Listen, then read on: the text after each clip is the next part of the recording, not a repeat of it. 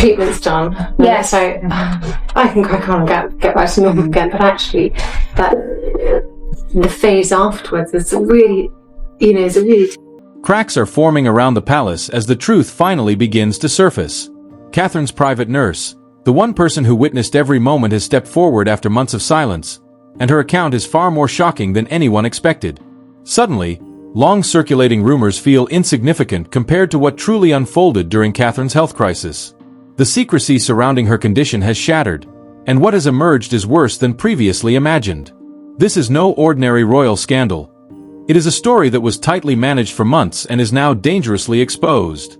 With the nurse's confession, control has slipped from the monarchy's hands. That loss of control began with an anonymous letter, an unmarked envelope delivered on a quiet Tuesday morning to a central London newsroom. With no return address and a postmark from outside the city, its carefully deliberate handwriting immediately stood out.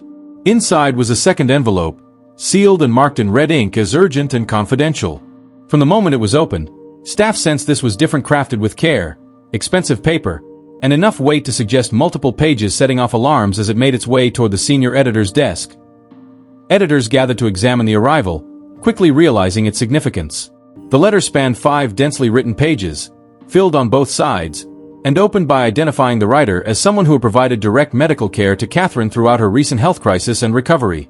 The author stressed that anonymity was essential due to strict confidentiality agreements and the threat of immediate legal action from palace lawyers, but insisted the information needed to reach the public because official statements had painted a misleading picture of events. Page after page detailed medical observations the writer had personally witnessed or administered, including treatment protocols, recovery timelines, and care requirements that pointed to far more serious underlying conditions than the palace had ever acknowledged. Medication schedules suggested deeper complications, while references to specialist consultations implied issues beyond routine post-operative care. The timeline described a recovery lasting weeks longer than official communications had claimed, and highlighted repeated discrepancies between what medical staff observed and what palace communications officers instructed them to record. The writer cited meetings in which senior officials discussed how to soften language in documentation that might later be reviewed, deliberately minimizing symptoms and setbacks. What truly caught the editor's attention was the depth of institutional knowledge on display. Precise descriptions of security procedures surrounding medical visits, room layouts, staff rotations, and communication systems that only an insider could know. Individuals were referenced by role rather than name, reflecting a clear grasp of palace hierarchy, while the medical terminology was both technically accurate and clearly explained for non-experts. References to equipment, monitoring systems, and care practices aligned with current medical standards, and the sheer level of clinical detail suggested genuine professional expertise rather than speculation. Anticipating scrutiny, the writer embedded verifiable dates and publicly known events throughout the letter, reinforcing its credibility even as it delivered its most sensitive revelations. The writer supported their account with details that allowed partial fact-checking against established timelines, referencing specific weather conditions, notable news events, and external markers from particular days during the recovery period that could confirm their presence at the times claimed. Near the end of the letter, 3 paragraphs addressed the decision to come forward despite clear personal and professional risks. The writer acknowledged breaking confidentiality agreements and the possibility of serious legal consequences if identified, but expressed a firm belief that the public deserved accurate information about the health of someone in Catherine's position, emphasizing the importance of transparency and the precedent such cases could set for how future royal medical crises are handled and reported. The final page outlined secure methods for follow-up communication, providing an anonymous email address and detailed protocols for encrypted messaging, while making it clear that in-person meetings and photographic or video evidence were impossible due to security restrictions. Instead, the writer offered to supply additional medical details, timeline clarifications, and institutional procedures to help establish credibility without revealing their identity. The editors secured the letter immediately and began internal discussions on verification, fully aware of both the explosive potential of its contents and the serious legal and ethical challenges of relying on anonymously sourced medical information about a senior royal. Before any publication decision could be made, extensive involvement from the newspaper's legal team was required, and the letter remained locked away, holding details that could reshape public understanding of what Catherine had endured. Verification began in earnest when the paper assigned its most experienced investigative team to the case, tasking 3 veteran journalists with backgrounds in medical reporting, royal affairs, and institutional investigations to dissect the 5-page document over the following 2 weeks. They divided the material into sections and systematically fact-checked every verifiable claim, building detailed spreadsheets of dates, events, and assertions cross-referenced against public records, published reports, and trusted sources within medical and palace circles. Medical terminology became the first major focus, with independent specialists consulted to review the language and procedures described. Each confirmed that the clinical terms, treatment explanations, and procedural details were accurate and aligned with current medical standards, with one expert noting that certain phrasing reflected professional terminology that had only recently come into use. The fact that certain terms had only recently become standard further suggested the writer possessed up-to-date medical knowledge.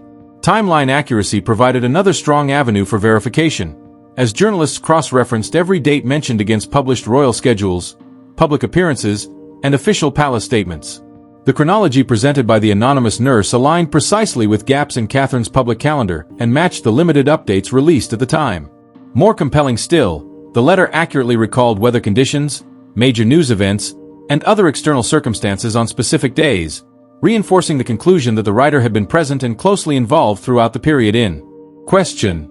Institutional knowledge scattered throughout the pages offered the strongest evidence of insider access, with references to previously undisclosed security protocols for medical staff entering private royal residences, detailed staff rotation patterns, interdepartmental communication systems, and hierarchical approval processes for medical decisions, all of which matched information journalists had independently gathered over years of royal coverage. The investigative team then attempted to narrow the writer's identity through careful elimination. While hospital records were inaccessible due to privacy laws, the journalists compiled lists of medical professionals who could plausibly have possessed the access and expertise demonstrated in the letter. Cross-checking credentials, employment histories, and known royal care assignments reduced the pool to fewer than 20 individuals, though the team deliberately chose not to pursue active identification unless the writer's credibility came into doubt. After 10 days of verification, the journalists used the secure email address provided to initiate contact, outlining what they had confirmed and posing targeted follow-up questions where clarity or context was still needed. A reply arrived within 24 hours, mirroring the original letter's measured tone and professional language. The nurse addressed technical inquiries with precise medical explanations and supplied additional institutional details that proved accurate when verified against other sources, prompting several more days of careful back and forth as reporters sought information that would conclusively establish credibility without exposing the writer's identity. The nurse went on to describe specific medical equipment brands and model numbers used during Catherine's care, details the team confirmed were consistent with what high-level private medical services typically employ. The writer also outlined consultations with particular specialists, identifying them by areas of expertise and professional background rather than by name. One especially convincing moment involved a detailed account of an incident with a medical monitoring device. The nurse explained how the equipment functioned, the exact readings displayed during a critical moment, and the precise steps staff took in response. A medical equipment specialist consulted by the newspaper confirmed that the description matched a specific model commonly used in such situations, and that the readings described would indeed prompt the actions the nurse detailed. After reviewing the verification work, the legal team concluded the source had sufficient credibility to justify continued investigation and eventual publication, while stressing that further confirmation would be required before printing the most sensitive claims. With approval granted to proceed under strict source protection protocols, the editor-in-chief personally reviewed the case file and authorized resources for what could develop into a major investigative series. Throughout the process, the nurse's willingness to answer technical questions in depth while maintaining firm boundaries around identifying information impressed the team. The writer never contradicted earlier statements, avoided embellishment when pressed for dramatic detail, and consistently returned to the core motivation for coming forward, reinforcing the impression of someone driven by concern for transparency and proper medical standards rather than personal gain or attention. The team became increasingly convinced that the source was not seeking attention or attempting to damage reputations. And 3 weeks after the original letter arrived, the investigative unit concluded they were indeed communicating with someone who had provided direct medical care to Catherine during her recovery. The combination of precise medical knowledge, detailed institutional familiarity, verifiable timeline information, and consistently professional communication established the nurse's credibility beyond reasonable doubt. With that determination made, journalists prepared to move into the next phase of the investigation, fully aware they now had a legitimate source with genuine access to information the public had never heard. What the nurse revealed about events behind closed doors painted a far more serious picture of Catherine's medical condition than anything the palace had publicly acknowledged. Although the initial procedure had been officially described as planned, with expectations of a straightforward recovery, Complications arose within the first 48 hours that drastically altered the course of treatment and extended the timeline well beyond initial projections. The medical team was soon managing conditions that required constant monitoring and frequent adjustments to care protocols over the following weeks. Catherine's response to early treatments proved more complex than standard cases, prompting consultations with specialists typically reserved for particularly challenging situations. According to the nurse, multiple monitoring systems tracked key indicators around the clock, with staff maintaining detailed logs of every fluctuation, while medication regimens were repeatedly adjusted to balance symptom control against the risk of further complications. During the first 2 weeks, the level of medical attention required more closely resembled intensive care than routine post-operative recovery. Pain management became a persistent challenge, addressed through a range of strategies over many weeks, as Catherine worked closely with specialists to find approaches that would eventually allow her to resume normal activities without creating dependency on medications that could introduce additional risks. This process involved testing different combinations of treatments, some proving more effective than others, while meticulously documenting each adjustment to guide future decisions. Managing pain alongside overall recovery required coordination across multiple medical disciplines, all working closely together. William's presence during the most difficult periods meant he witnessed the challenges firsthand, and the nurse described how he insisted on being fully briefed on every aspect of Catherine's treatment. He asked detailed questions that reflected both deep concern and a determination to understand exactly what she was facing, participating actively in discussions with doctors about options and risks in a way that impressed the medical team. While his hands-on involvement occasionally created scheduling challenges, his constant presence provided Catherine with emotional support that clearly benefited her recovery. Running alongside the medical care was the palace communications operation, which often appeared disconnected from the medical reality. Senior officials held regular meetings with doctors to determine what information could be released publicly and how Catherine's condition should be framed, leading to growing tension between medical staff and communications personnel focused on privacy and institutional image. According to the nurse, these discussions sometimes produced statements that were technically accurate but conveyed a far less serious impression than the medical records reflected.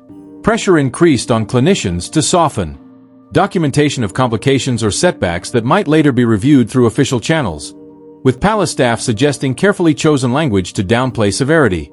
Medical professionals found themselves caught between their duty to maintain accurate records and institutional concerns about public interpretation.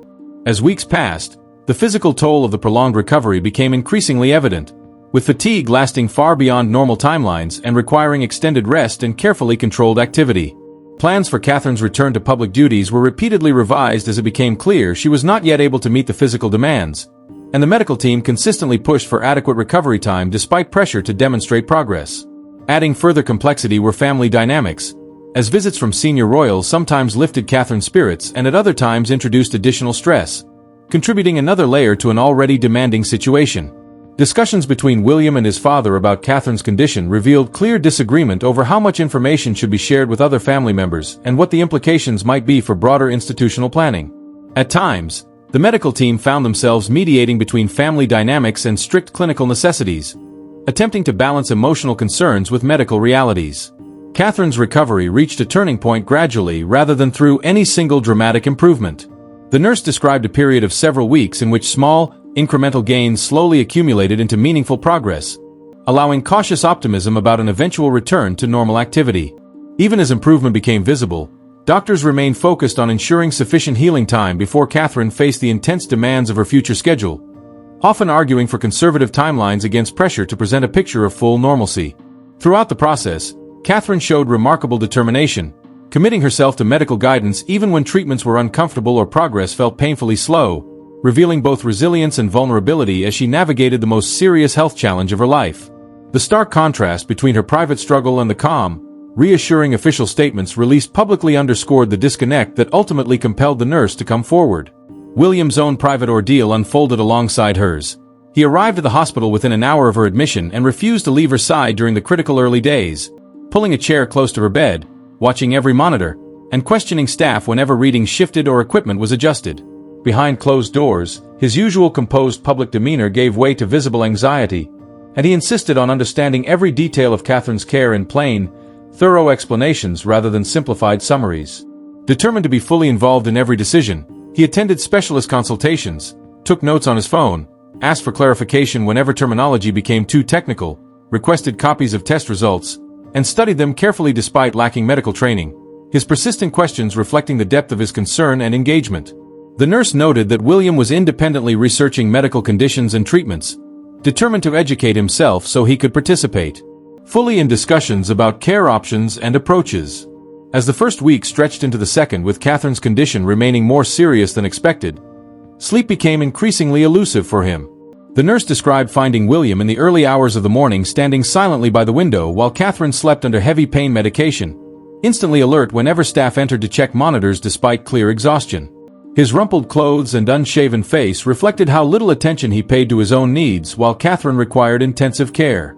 Phone calls with his father revealed the heavy emotional burden he carried, as he struggled to explain the seriousness of the situation without alarming Charles, trying to balance honesty with reassurance that everything would eventually be fine. Once the immediate crisis stabilized enough for him to think beyond the hospital room, William's focus shifted strongly toward the children. He spent hours coordinating schedules, speaking with teachers about adjusted expectations, and working with staff to preserve normal routines while shielding them from the full reality of their mother's condition. The nurse recalled hearing him explain to George, in carefully chosen, age-appropriate language, why his mother needed to stay in the hospital longer than planned, his voice calm and encouraging despite his own uncertainty. Moments of emotional collapse came only when William believed he was alone, including one instance when the nurse passed a closed bathroom door and heard unmistakable signs of him crying, episodes he quickly contained before returning to Catherine's side with renewed resolve. Decision-making moments weighed heavily on him, particularly when specialists presented treatment paths that all carried risks. The nurse remembered an evening when William sat with his head in his hands for nearly 20 minutes, repeatedly asking the same questions as he tried to process the consequences, ultimately deferring to Catherine's wishes after discussing the options with her.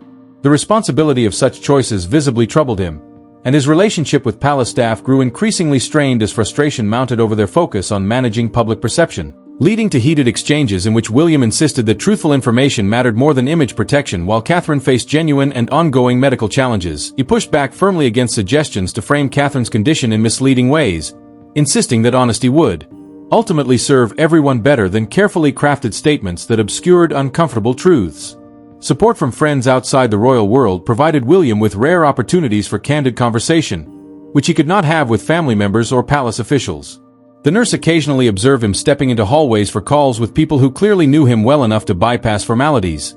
His voice during these conversations was noticeably more natural and less guarded, revealing the relief he felt speaking with those who understood him as a person rather than as an heir.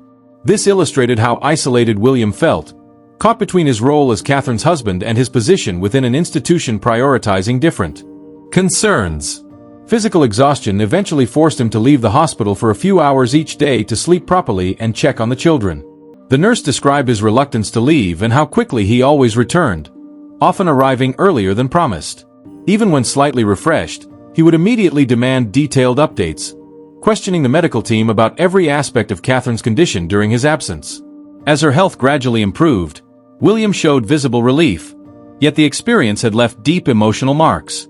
He remained hyper-vigilant about her symptoms and concerned about any minor setback, the weeks of uncertainty and fear having left traces that progress alone could not erase. Though invisible to the public, the nurse noted the lasting impact on anyone who had witnessed his ordeal. Palace communications staff met with the medical team within 72 hours of Catherine's admission, arriving with clear objectives to manage information flow and establish protocols for any public statements. They stressed the importance of protecting Catherine's privacy, maintaining public confidence in the institution, and preventing speculation that could complicate matters further. While the medical team initially listened politely, discomfort grew as discussions shifted from privacy protection to attempts to control what could be documented in official records. Communications officials suggested specific phrasing such as recovering well, or progressing as expected even when these descriptions failed to reflect the complexities the medical team was actively managing.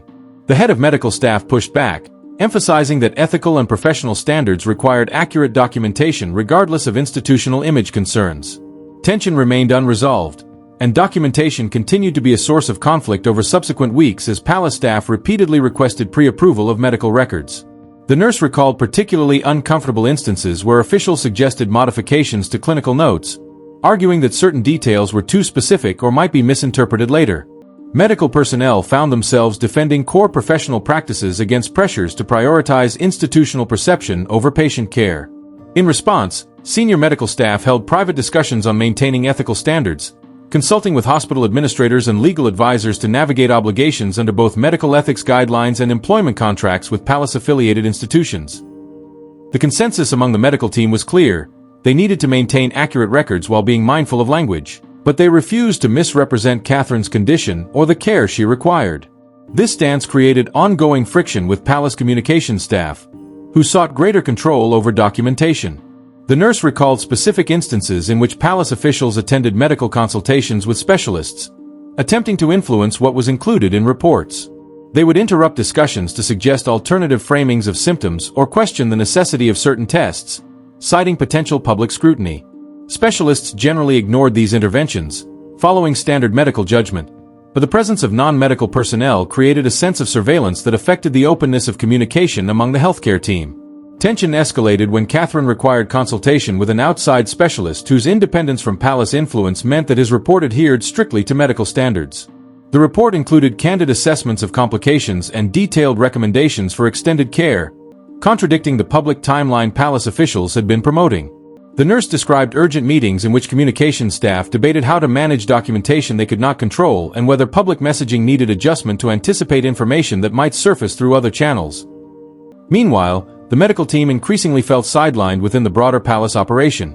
Their insistence on professional standards generated friction with multiple departments, and staff typically responsible for logistics and scheduling began treating medical personnel with suspicion, as if adherence to accurate documentation signaled disloyalty. The nurse felt caught between professional obligations as a healthcare provider and employment within a system prioritizing institutional image over patient care, a sentiment shared by most colleagues who felt powerless to challenge authority. Family inquiries about Catherine's condition added another layer of complexity. The gap between medical reality and official statements made it difficult to provide straightforward answers. William handled most communications with relatives to shield medical staff from ethical conflicts, but direct questions from senior royals occasionally forced the nurse to carefully navigate between honesty and palace expectations. The central ethical dilemma revolved around whether medical professionals could uphold their integrity while operating within an institution with competing priorities, a question the nurse grappled with throughout Catherine's treatment, striving to ensure that care remained accurate, ethical, and patient-focused. The nurse faced the ongoing challenge of providing the best possible care while honoring employment obligations and strict confidentiality requirements. This balance became increasingly difficult as the gap grew between what medical records accurately documented and what public statements suggested. To safeguard against potential future scrutiny, the nurse began keeping a private account of observations separate from official records, effectively creating an independent record of what was actually happening. Professional reputation also played a role in resisting palace pressure. Accurate documentation was essential to medical careers, and any perception that records had been manipulated or intentionally vague could carry serious consequences.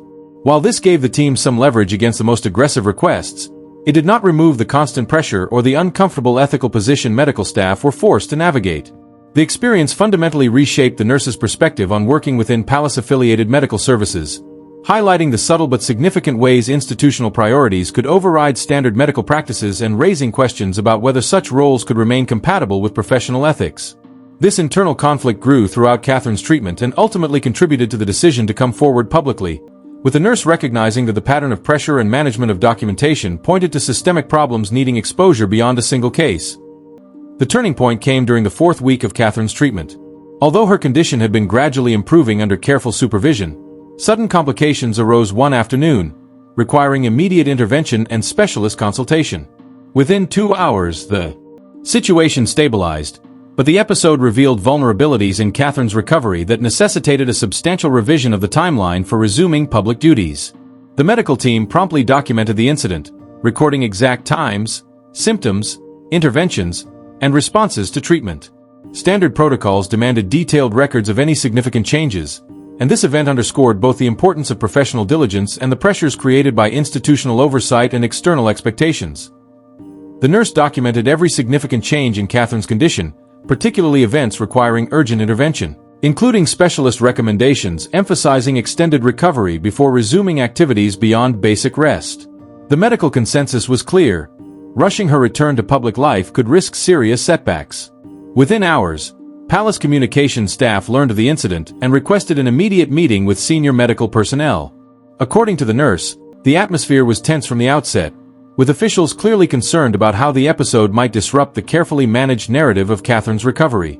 They had been preparing a statement suggesting she was doing well and could return to light duties within a few weeks, but the medical incident directly contradicted that messaging and forced a reconsideration of the communication strategy.